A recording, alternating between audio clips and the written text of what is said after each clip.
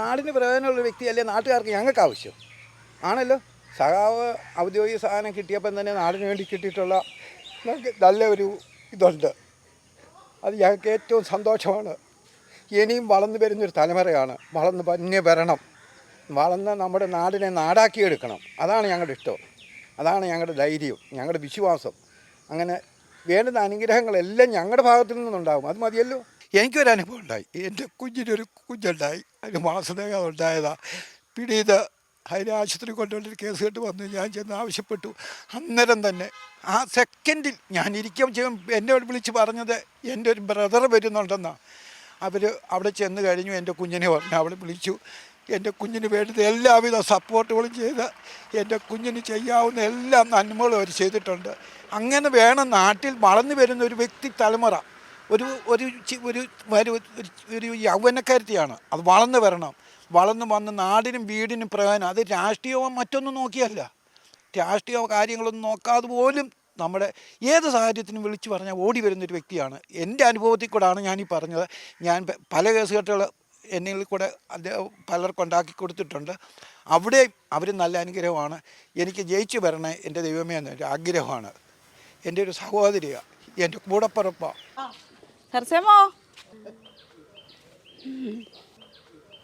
എന്തെടുക്കുമായിരുന്നു? പണിക്ക് പോകാനൊരുങ്ങുക. എവിടെ പണി?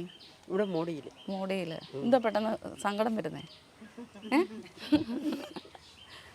ആരും ഇല്ലാത്തവർക്ക് നിങ്ങളെപ്പോലെ ആൾക്കാർ ഉള്ള സഹായം എന്നും എപ്പോഴും എന്നെ കൂടെ കരയിപ്പിക്കാതെ കേട്ടോ, എപ്പോഴും ഉണ്ട് കൂടെ. പത്തനംതിട്ട ജില്ലാ പഞ്ചായത്തിലെ കുളനാട് ഡിവിഷനിലെ LDF സ്ഥാനാർത്ഥി സവിത അജയകുമാറിൻ്റെ തെരഞ്ഞെടുപ്പ് പ്രചാരണമാണ്. ഇപ്പോൾ വീടുകളൊക്കെ കയറുകയാണ്. നമുക്ക് കൊച്ചുപിള്ളേരൊക്കെ ഉണ്ട്. മോളെ ചേച്ചി ആരാ? സവിതാൻ്റെയോ? സവിതാൻ്റെ മത്സരക്കാരും അറിഞ്ഞോ? ഏതാ ചിഹ്നം? ഏതാ? അരിവാൾ ചുറ്റിക നക്ഷത്രം. ആഹാ, കൊച്ചു കുട്ടികൾക്ക് പോലും അരവാൾ ചുറ്റിക നക്ഷത്രം അറിയാന്നുള്ളൂ. ചേച്ചി എങ്ങനെയുണ്ട് സവിത ചേച്ചി? നല്ലൊരു പ്രവർത്തകയ. നമ്മൾ ജയിപ്പിക്കാൻ ശ്രമിക്കുന്നു. ജയിക്കണം. ഇഷ്ടമുള്ള ആളാണ്. അപ്പം സവിത അജയകുമാറോട് ചേരുകയാണ്. സവിത തെരഞ്ഞെടുപ്പ് പ്രചാരണം ആരംഭിച്ചിരിക്കുകയാണ്. നല്ല ഒരു പ്രതികരണമാണ് ആളുകൾ ലഭിക്കുന്നത്. അതെ, തീർച്ചയായിട്ടും നമ്മളെപ്പോഴും സാധാരണക്കാർക്കൊപ്പമാണ്. ചെറുപ്പം മുതലേ പാർട്ടിയാണെല്ലാം, പൊതുപ്രവർത്തനമാണ്. എത്ര സാധ്യമായ സമയങ്ങളിലെല്ലാം തന്നെ പൊതുപ്രവർത്തനത്തിന് മുൻതൂക്കം നൽകാറുണ്ട്. ഇപ്പോൾ തന്നെ എല്ലാവരും വളരെ സന്തോഷത്തോടു കൂടി എല്ലാവരും നമ്മുടെ എന്തോ പറയുന്നത്, നമ്മളിപ്പോൾ കണ്ട കാഴ്ചകളൊക്കെ തന്നെയുണ്ട്. വളരെ സന്തോഷത്തോടെ അഭിമാനത്തോടു കൂടിയാണ് ഞാൻ ഈ അവസരത്തിൽ ഇവരോടൊപ്പം നിൽക്കുന്നത്. ഇടതുപക്ഷ സർക്കാർ ഈ 9 വർഷക്കാലം ചെയ്തിട്ടുള്ള വികസന പ്രവർത്തനങ്ങളെ മുൻനിർത്തിക്കൊണ്ടാണ് നമ്മൾ ഈ തെരഞ്ഞെടുപ്പിനെ അഭിമുഖീകരിക്കുന്നത്. പിണറായി സർക്കാർ ഈ ലോകത്തിന് തന്നെ മാതൃകയാകുന്ന തരത്തിലുള്ള വിവിധ പ്രവർത്തനങ്ങളാണ് ചെയ്തിരിക്കുന്നത്. ക്ഷേമ പെൻഷന്, അതുപോലെ തന്നെ സ്ത്രീ സുരക്ഷാ പദ്ധതി. ഇപ്പം 35 വയസ്സ് കഴിഞ്ഞ് സ്ത്രീ സുരക്ഷ പറയുമ്പോൾ ആരോഗ്യവകുപ്പ്, വനിതാ ശിശുക്ഷേമ വകുപ്പ് മന്ത്രിയുടെ ഉറപ്പായിരുന്നു. ആ അനുഭവങ്ങളും കരുത്താവുന്നുണ്ടോ? ഓക്കെ, തീർച്ചയായിട്ടും. ആരോഗ്യമന്ത്രിയോടൊപ്പം ആരോഗ്യമന്ത്രിയുടെ പേഴ്സണൽ സ്റ്റാഫായിട്ട് 4.5 വർഷക്കാലം ആ ഒരു മന്ത്രിയോടൊപ്പം നിന്ന ഒരു സമയത്തെക്കുറിച്ച് സംസാരിക്കുകയാണെങ്കിൽ പറഞ്ഞു തീരാൻ പറ്റത്തില്ല. അതുപോലെ വാക്കുകളാണ് നമുക്ക്. രാജേഷേട്ടൻ പറഞ്ഞു കുഞ്ഞുമായിട്ട് ആശുപത്രി പോയി തൊട്ടുമ്പോൾ പറഞ്ഞ് അതൊക്കെ ഒരു അനുഭവമാണ്. അതെ, തീർച്ചയായിട്ടും. നമുക്ക് കക്ഷി രാഷ്ട്രീയം നോക്കാതെ, രാത്രിയൊന്നോ പകലെന്നില്ലാതെ നമുക്ക് എല്ലാ ആളുകളോടും ഇടപഴകാനുള്ളൊരു അവസരം നമുക്ക് കിട്ടിയിട്ടുണ്ടായിരുന്നു. പാർട്ടി എന്നെ ഏൽപ്പിക്കുന്ന ചുമതലകളൊക്കെ തന്നെ വളരെ കൃത്യമായിട്ട് അത് നിറവേറ്റാൻ സാധിച്ചിട്ടുണ്ട്.